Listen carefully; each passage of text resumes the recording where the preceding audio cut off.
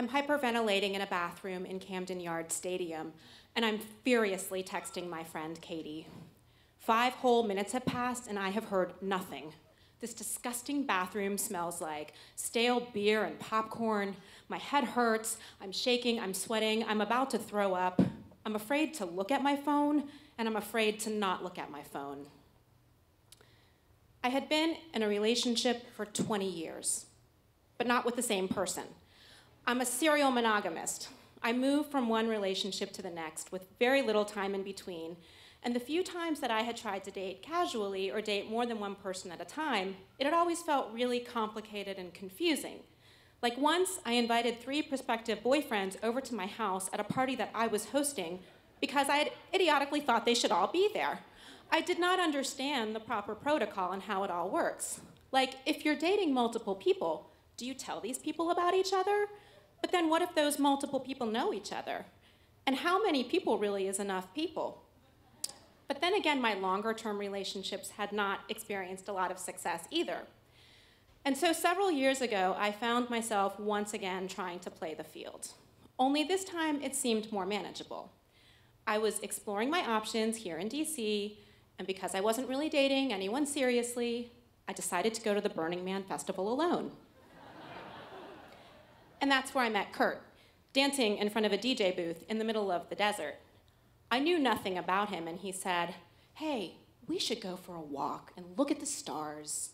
He was very West Coasty, and it turned out that he was from California, and he was also going through a divorce. The wounds were very fresh, and he was both geographically and emotionally unavailable. But he was sensitive and kind, and he was passionate about his kids, and about baseball, and about me. And I thought it might be kind of fun to have a boyfriend in California. And so I started this cross-country dating strategy. I mean, it really seemed genius. There'd be very little overlap, and I wouldn't run into those awkward situations like I had in the past. I mean, it was the perfect scenario. Until I got a little greedy. And I met Joe on a business trip. And Joe was cute, and he wore cowboy boots, and he lived in New York. And we spent like a week together on this work assignment, bonding over like silliness and boredom. And on the very last day of the project over breakfast, Joe said, "Kathy, I have a crush on you. We need to go out." I really, really liked his East Coast assertiveness. Joe loved the Orioles, and so he asked me if I would be interested in meeting him at a game in Baltimore. And I said yes, because really when I stopped to think about it, for any period of time, a part-time boyfriend in California who was going through a divorce and some occasional dates in DC did not really equal a real relationship. I mean, let's face it, people, I was practically single. So I meet Joe in Baltimore one day after work, and he's waiting for me at the harbor, and he has gifts, and one is this fancy Orioles vintage Hall of Fame jersey with some famous player's number on it, and an Orioles baseball hat. And there I am, all decked out in my Orioles gear. I've never worn sporting team gear before, next to my new almost boyfriend who's also decked out in his gear. And so we go into the game, and it turns out that Joe has purchased tickets that are just 2 rows behind the dugout. I am super impressed. I mean, I didn't know this guy that well, but he was charming and funny, and he gave me gifts, and he had great tickets. It struck me that maybe I was right where I was supposed to be, meeting my future full-time boyfriend at baseball games, dressing the part and knowing all the lingo and knowing the difference between a strike and a foul and an RBI.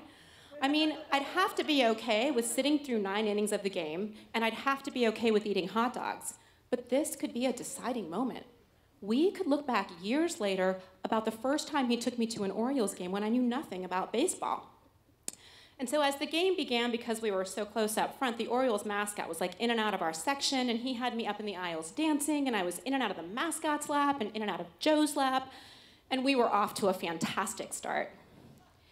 About 15 minutes into the game, I pulled out my phone to do a quick check for calls and texts, and a message from Kurt caught my eye.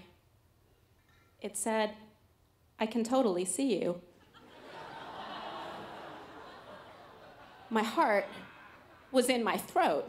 Totally see me from where? From California? From here? I pulled my phone discreetly over to the side so I could open the rest of the message. "I can totally see you on TV right now." I looked out into the dugout, and I instantly saw the cameras, the television cameras. This game was being nationally broadcast. I have to go to the bathroom. I grabbed my purse and I ran up the stairs because in this moment of panic, I could only think of one realistic option, and that was gonna be to hide in the bathroom. And that's where I was texting my friend Katie when a second thought came to my mind. I could just leave, and Joe would probably worry and he would text, but I didn't have to respond. I mean, the guy wasn't my boyfriend yet. Okay, wait, a third and more sensible option came to mind. I leave, but I tell him I got sick. This one was much nicer. I hated the idea of hurting anybody, and the truth at this moment did not seem like such a good idea. But then the text messages started blowing up my phone. Joe, where did you go? Are you okay? Oh yes, I'm fine. Sorry, long line. Kurt, I know I just saw you on TV and now you're not in your seat. Are you at an Orioles game? Oh my God, I texted Katie, all caps, where are you? Joe, would you mind bringing me a drink on your way back? Oh my God, now I have to go back. Yes, of course. Kurt, I know I saw you at an Orioles game. Where are you? Who are you with? I had to respond, and I'm not sure why I did this, but I said, I'm with my coworkers, which was a lie, okay, but only not technically a full lie, because I did meet Joe while we were both working, even though we really weren't coworkers, and he was actually only one person. So I go back to the seats that we're in with drinks. I have no idea how this is gonna play out. I am flushed, I am breathing like I have just been to the gym. Joe looked immediately concerned. Are you okay? Oh yes, I'm great. And I felt my phone vibrate in my pocket again. And as I sat down, I looked to see the message. It was Kurt. Oh, there you are again. Are those your coworkers? For the first time, I looked around me in my section, and everyone, with the exception of Joe and I, were wearing t-shirts, hats, and jerseys from the opposite team, the Pittsburgh Pirates. In this moment of panic, I decided that yes, these people were my coworkers, and I was gonna start treating them as such. And so I started chatting it up with the people beside me and the people behind me.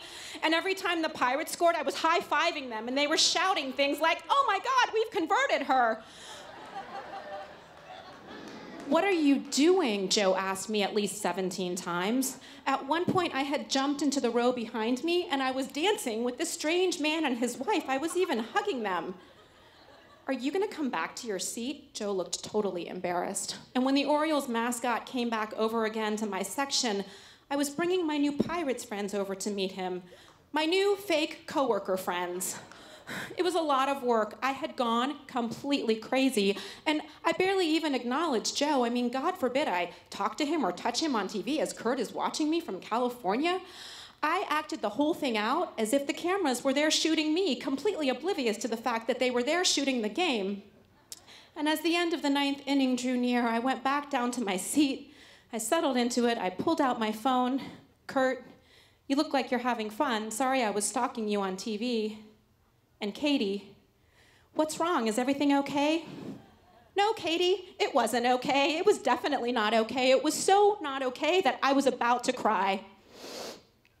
I didn't have to look at Joe to know that we were through. I mean, we had broken up in the middle of our first date before the guy was ever my boyfriend. And we left the stadium in complete silence. I tried to think of things to say, but I was really just so depleted and humiliated from the show that I had just put on that I had no words. And we got to the parking lot finally, and I stopped to look at him just to see where he was at. And he finally paused, and he looked at me in the eyes, and he simply said, "Can I have my jersey back?" Sure, yes, of course, I totally understand. But I kept the hat.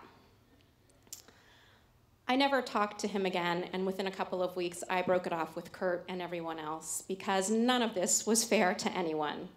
I was clearly unequipped for the level of work and transparency required to date multiple people.